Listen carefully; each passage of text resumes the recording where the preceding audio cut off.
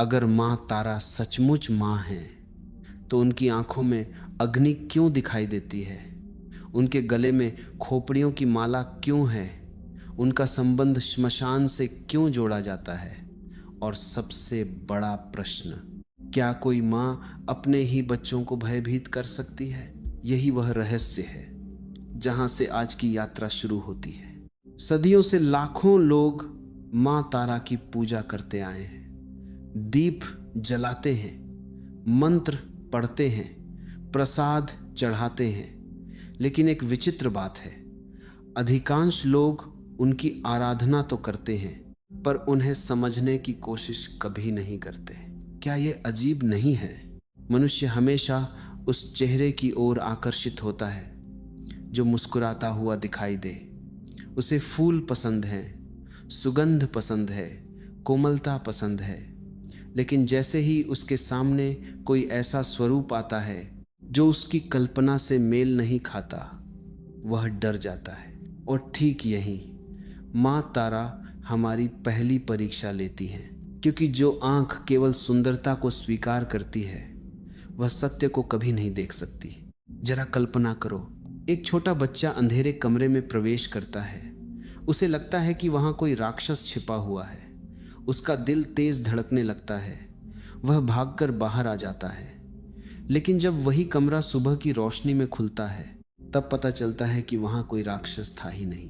तो प्रश्न यह है, डर वास्तव में कमरे में था या बच्चे के मन में? यहीं से माँ तारा का पहला संकेत शुरू होता है। शायद भय कभी बाहर था ही नहीं। हमने हमेशा देवी के स्वरूप को देखा, लेकिन कभी अपने देखने वाले मन को नहीं देखा। यही कारण है कि जिस प्रतीक को किसी साधक ने मुक्ति का द्वार कहा, उसी प्रतीक को दुनिया ने भय का चेहरा बना दिया। ध्यान से देखना, जब भी कोई ऐसी बात सामने आती है जो तुम्हारी बनी बनाई धारणाओं को हिला देती है, मन तुरंत विरोध करता है। वह कहता है, यह गलत है, यह अशुभ है, इससे दूर रहो। लेकिन क्या सत्य हमेशा हमारी सुविधा के अनुसार आता है?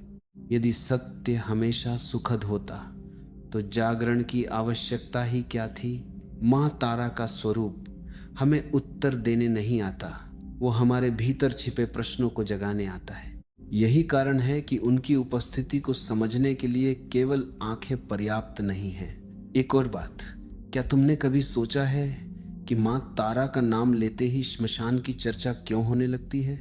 आखिर ऐसा क्या है उस स्थान में जिसे अधिकांश लोग जीवन का अंत मानते हैं और साधक उसे यात्रा की शुरुआत कहते हैं? क्या श्मशान केवल जलती हुई चिताओं का स्थान है या फिर वह किसी और गहरे रहस्य का प्रतीक है?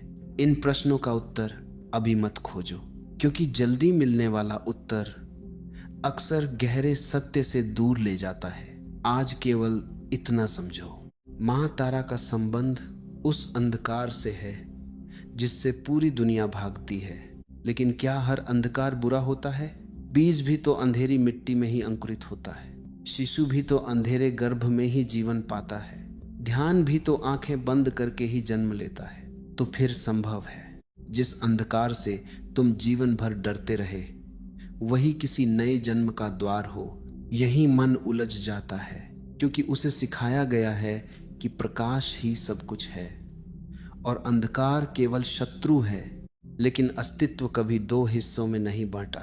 जहां प्रकाश है वहां अंधकार भी है, जहां जन्म है वहां मृत्यु भी है, और जहां मृत्यु है वहीं किसी अनदेखे जीवन का बीज भी छिपा है। माँ तारा उसी सीमा पर खड़ी दिखाई देती हैं जहां मन वापस लौट जाना चाहता है लेकिन चेतना आगे बढ़ना चाहती है। यही कारण है कि उनका रहस्य पुस्तकों से नहीं खुलता। उसे केवल वही देख सकता है जो अपने ही भय की आंखों में देखने का साहस रखता हो। लेकिन अभी सबसे बड़ा प्रश्न बाकी है। यदि माँ तारा विनाश की देवी नहीं है, यदि उनका भयानक स्वरूप केवल एक प्रतीक है, यदि भय वास्तव में हमारे भीतर पैदा होता है, तो फिर माँ तारा आखिर किस चीज का अंत करती हैं? यही वह द्वार है जिसके पार उनका पहला वास्तविक रहस्य हमारा इंतजार कर रहा है। उस प्रश्न को अपने भीतर जीवित रहने दो, क्योंकि जब तक प्रश्न जीवित रहता है तब तक खोज भी जीवित रहती है। अब उस स्थान की ओर चलो जिसका नाम सुनते ही अधिकांश लोगों के भीतर सिहरन दौड़ जाती है। श्मशान। सदियों से इसे मृत्यु का घर कहा गया, अशुभ कहा गया, भय का स्थान कहा गया। लोग वहां जाना तो दूर, उसका नाम तक लेने से बचते हैं। लेकिन एक विचित्र विरोधाभास देखो, जिन्होंने चेतना की सबसे ऊंची छलांग लगाई वे उसी श्मशान की ओर आकर्षित हुए। क्या यह केवल संयोग था?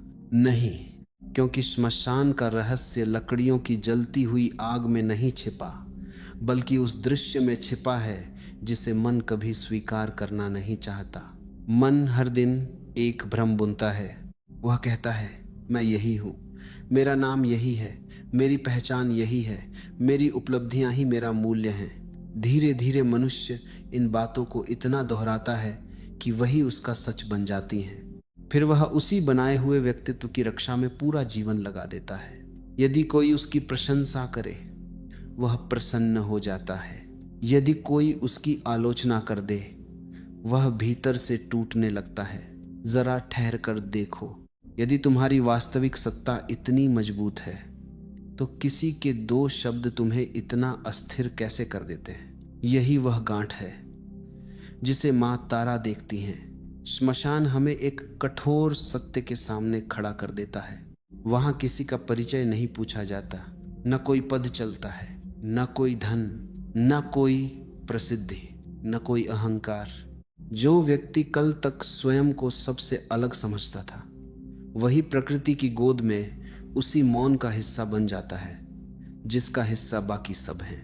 यही कारण है कि साधकों ने श्मशान को भय का नहीं, समानता का स्थान कहा, क्योंकि वहां पहली बार यह भ्रम टूटता है कि कोई किसी से बड़ा है। लेकिन तंत्र की भाषा प्रतीकों में बोलती है, जिसे बाहरी आंख केवल राख समझती है। साधक उसे एक संदेश की तरह पढ़ता है। राख कहती है, जो भी बनावटी है उसका अंत निश्चित है। जो भी उधार लिया गया है वह एक दिन लौट जाएगा। जो भी समय ने दिया है, समय उसे वापस ले लेगा।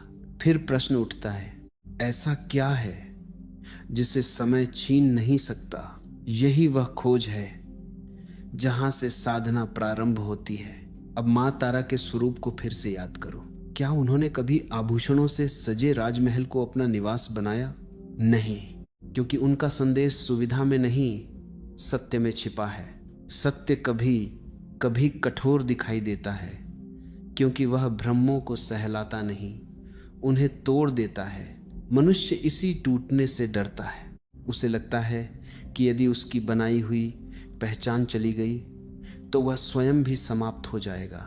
लेकिन क्या सचमुच ऐसा है? मान लो किसी दर्पण पर वर्षों की धूल जम जाए, एक दिन कोई आकर वह धूल साफ कर दे। क्या उसने दर्पण को नष्ट किया या पहली बार उसे उसकी वास्तविक चमक लौटा दी? मां तारा भी कुछ ऐसा ही करती हैं। वे तुम्हारे भीतर जो झूठा है उसे बचाने नहीं आती, वे उसे हटाती हैं ताकि जो सच्चा है वह प्रकट हो सके। इसीलिए उनका स्पर्श कभी कभी कठोर लगता है, क्योंकि मन परिवर्तन को आशीर्वाद नहीं, आक्रमण समझता है। यही भूल मनुष्य सदियों से करता आया है। वह अपने बंधनों को सुरक्षा समझ लेता है और जो उन्हें खोलने आए उसी से डरने लगता है। अब शायद यह समझ आने लगा होगा कि मां तारा किसी शरीर का अंत करने नहीं आती। उनकी दिशा कहीं अधिक गहरी है। वे उस अदृश्य कैद की ओर संकेत करती हैं जिसमें मनुष्य स्वयं को बंद कर चुका है, लेकिन अभी भी एक रहस्य अनकहा है। यदि यह कैद बाहर नहीं, यदि यह कैद किसी दीवार की नहीं, यदि यह कैद स्वयं मन की बनाई हुई है, तो वह कौन सा अदृश्य द्वार है जिसे खोलते ही मनुष्य पहली बार स्वयं से मिलना शुरू कर देता है? यही रहस्य अब हमारी अगली यात्रा का केंद्र बनेगा। जिस अदृश्य द्वार की बात अभी अभी सामने आई, उसे किसी मंदिर में खोजने की भूल मत करना। मनुष्य की सबसे पुरानी आदत है, जो भीतर छिपा है उसे बाहर तलाशना। उसे लगता है कि कोई विशेष स्थान, कोई विशेष वस्तु, कोई विशेष अनुष्ठान उसे उस सत्य तक पहुंचा देगा जिसकी कमी वह जीवन भर महसूस करता रहा है।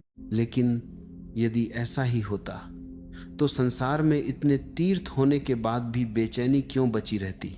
यही मां तारा का सबसे मौन संकेत प्रकट होता है। वे तुम्हें कहीं बुलाती नहीं, वे तुम्हें लौटाती हैं तुम्हारे अपने भीतर।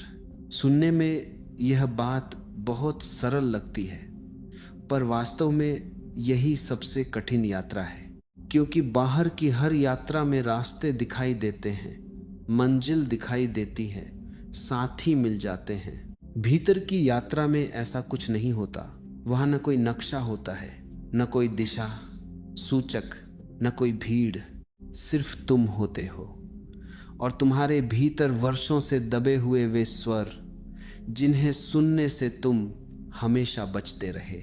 यही कारण है कि अधिकांश लोग अकेले बैठने से घबराते हैं। जैसे ही बाहर का शोर समाप्त होता है, भीतर का शोर सुनाई देने लगता है।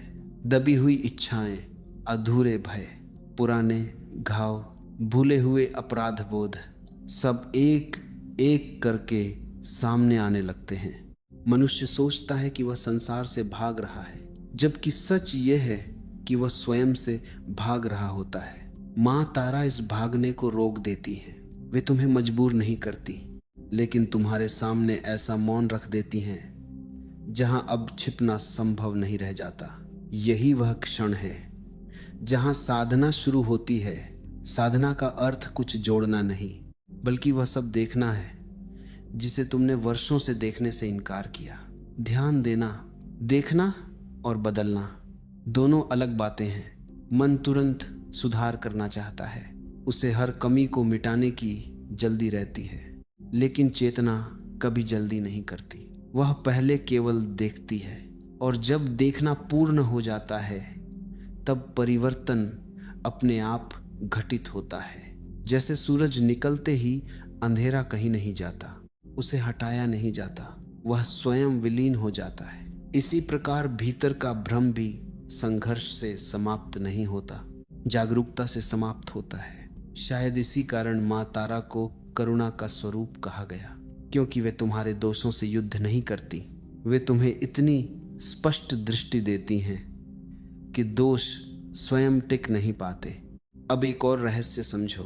मन हमेशा अनुभवों को पकड़ कर रखना चाहता है। यदि उसे एक दिन शांति मिल जाए तो वह अगले दिन भी उसी शांति को दोहराना चाहता है। लेकिन जीवन कभी दोहराया नहीं जा सकता। हर क्षण नया है, हर सांस नई है, हर जागरण नया है। जो बीत गया उसे पकड़ने की कोशिश ही दुहक बन जाती है। मां तारा तुम्हें प्रवाह सिखाती है। वे कहती हैं, जो जा रहा है उसे जाने दो, जो आ रहा है उसका स्वागत करो, और जो इस क्षण उपस्थित है उसे पूरी सजगता से जी लो। यही वह वरदान है जिसे शब्दों में बांधा नहीं जा सकता, क्योंकि यह ज्ञान नहीं, अनुभूति है, और अनुभूति केवल उसी को मिलती है जिसने अपने भीतर की खामोशी से मित्रता कर ली हो। लेकिन इस खामोशी के बीच एक बहुत सूक्ष्म घटना घटती है, इतनी सूक्ष्म कि अधिकांश लोग उसे पहचान ही नहीं पाते। धीरे धीरे ऐसा लगता है जैसे भीतर कोई पुरानी परत टूट रही हो, कोई परिचित चेहरा मिट रहा हो, कोई पुराना मैं अपनी पकड़ खो रहा हो। डर यहीं जन्म लेता है, क्योंकि मन समझता है कि उसका अंत आ रहा है। लेकिन क्या सचमुच समाप्त वही हो रहा है जो वास्तविक है, या केवल वह कल्पना टूट रही है जिसे हमने जीवन भर अपना अस्तित्व समझ लिया था? यही वह सीमा है जहां मां तारा का सबसे गहरा रहस्य पहली बार अपना द्वार खोलना शुरू करता है। यहीं से साधक की सबसे कठिन परीक्षा आरंभ होती है, क्योंकि अब वह उस सीमा पर खड़ा है जहां लौटना भी संभव है और आगे बढ़ना भी। मन पूरी शक्ति से कहता है, रुक जाओ, इससे आगे सब कुछ खो जाएगा। लेकिन एक मौन उपस्थिति भीतर से फुसफुस आती है। जिसे तुम खोने से डर रहे हो वह कभी तुम्हारा था ही नहीं। यहीं से मां तारा के रहस्य का सबसे निर्णायक अध्याय खुलता है। मनुष्य जीवन भर एक चेहरा गढ़ता है। धीरे धीरे वह उसी चेहरे से प्रेम करने लगता है। वह अपने बारे में कहानियां बनाता है। मैं ऐसा हूं, मैं वैसा हूं, मैं सफल हूं, मैं असफल हूं, मैं श्रेष्ठ हूं, मैं तुच्छ हूं। इनमें से कोई भी वाक्य सत्य नहीं होता। ये केवल स्मृतियों, अनुभवों और दूसरों की राय से बना हुआ एक संग्रह होते हैं। फिर भी मन इन्हें ही अपना अस्तित्व मान बैठता है। यही सबसे सूक्ष्म बंधन है। इसे कोई रस्सी बांध कर नहीं रखती। फिर भी इससे अधिक मजबूत कैद दूसरी नहीं। मां तारा इसी कैद के द्वार पर खड़ी दिखाई देती हैं। वे हथियार लेकर युद्ध नहीं करती, वे केवल एक प्रकाश जला देती है। और जैसे ही वह प्रकाश भीतर फैलता है, मन का बनाया हुआ महल दरकने लगता है। यह टूटना पीड़ा जैसा महसूस हो सकता है, क्योंकि वर्षों तक जिसे तुमने मैं कहा, वह धीरे धीरे अपना आधार खोने लगता है। लेकिन ध्यान रखना, हर टूटन विनाश नहीं होती। कुछ टूटने जन्म का निमंत्रण होती हैं। बीज को देखो, यदि वह अपने कठोर आवरण से चिपका रहे तो कभी वृक्ष नहीं बन सकता। उसे फटना पड़ता है। बाहर से देखने वाला कह सकता है बीज नष्ट हो गया, लेकिन प्रकृति मुस्कुराती है, क्योंकि वह जानती है उसी टूटन से जीवन प्रकट हुआ है। मां तारा इसी नियम की ओर संकेत करती हैं। वे उस आवरण को हटाती हैं जिसने तुम्हारी चेतना को सीमित कर रखा है। अब उनके स्वरूप के प्रतीकों को एक नई दृष्टि से देखो। उनकी खुली जीभ, वह किसी भय का प्रदर्शन नहीं, वह एक चेतावनी है कि जो असत्य है उसे अब छिपाया नहीं जा सकता। उनके गले की खोपड़ियां वे मृत्यु की गिनती नहीं, गिर चुकी पहचानों की कहानी है। उनका अंधकार अज्ञान का नहीं, उस अनंत विस्तार का प्रतीक है जहां कोई सीमाएं नहीं बचती। उनकी नग्नता त्यागी हुई वस्त्रों की नहीं, हर कृत्रिम आवरण से पूर्ण मुक्त होने की घोषणा है। और उनका मौन, वह शब्दों की कमी नहीं, वह उस अनुभव की भाषा है जहां विचार पहुंच ही नहीं सकते। अब समझ में आने लगता है कि लोग प्रतीकों को देखकर क्यों भ्रमित हो गए। उन्होंने संकेतों को पकड़ लिया, लेकिन संकेत जिस दिशा में इशारा कर रहे थे उधर कभी देखा ही नहीं। यही कारण है कि रहस्य परंपराओं में छिपे रह जाते हैं, क्योंकि आंखें रूप पर टिक जाती हैं और अर्थ भीतर प्रतीक्षा करता रह जाता है। लेकिन अभी यात्रा पूरी नहीं हुई। एक अंतिम पर्दा बाकी है। जब झूठी पहचान गिर जाती है, जब भय अपनी पकड़ खो देता है, जब भीतर का साक्षी पहली बार स्पष्ट दिखाई देने लगता है, तब एक ऐसा परिवर्तन घटता है जिसे शब्दों में बांधना लगभग असंभव है। वहीं पहली बार यह अनुभव जन्म लेता है कि जीवन और मृत्यु दोनों विरोधी नहीं हैं। वे एक ही प्रवाह की दो लहरें हैं। जो इसे जान लेता है उसके लिए पूजा केवल कर्मकांड नहीं रहती, उसकी हर सांस प्रार्थना बन जाती है। लेकिन यही वह बिंदु है जहां मां तारा का सबसे गुप्त रहस्य अभी भी मौन खड़ा है, क्योंकि जिसने इस अंतिम सत्य को नहीं जाना वह देवी के सामने सिर तो झुका सकता है, पर देवी की चेतना में कभी प्रवेश नहीं कर सकता। यहीं आकर सारी यात्राएं एक बिंदु पर ठहर जाती हैं। अब प्रश्न यह नहीं रह जाता कि मां तारा कौन है, प्रश्न यह रह जाता है कि जो उन्हें खोज रहा था वह कौन था। यही अंतिम रहस्य है। जब तक खोजने वाला स्वयं को एक अलग अस्तित्व मानता है, तब तक हर साधना अधूरी रहती है। वह ईश्वर को भी एक वस्तु की तरह पाना चाहता है। वह अनुभवों को इकट्ठा करना चाहता है।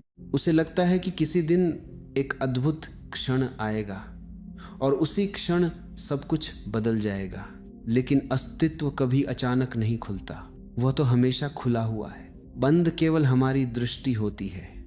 मां तारा किसी चमत्कार का वचन नहीं देती, वे दृष्टि का रूपांतरण देती है। और दृष्टि बदलते ही वही संसार जो कभी भय से भरा दिखाई देता था अब एक रहस्यमय सौंदर्य में बदलने लगता है। तब जीवन से लड़ने की आवश्यकता समाप्त हो जाती है, क्योंकि पहली बार यह समझ में आता है कि हर घटना, चाहे वह सुख हो या दुख, चेतना को जगाने का एक निमंत्रण थी। जिसे हम शत्रु समझते रहे वह भी एक शिक्षक निकला। जिसे हमने दुर्भाग्य कहा उसी ने भीतर छिपी शक्ति को जन्म दिया। जिससे हम भागते रहे उसी ने हमें अपने वास्तविक केंद्र की ओर धकेला। यही मां तारा की करुणा है। वे हमारे रास्ते से कठिनाइयां नहीं हटाती, वे हमें इतना जागृत कर देती हैं कि कठिनाइयां अपना भय खो देती हैं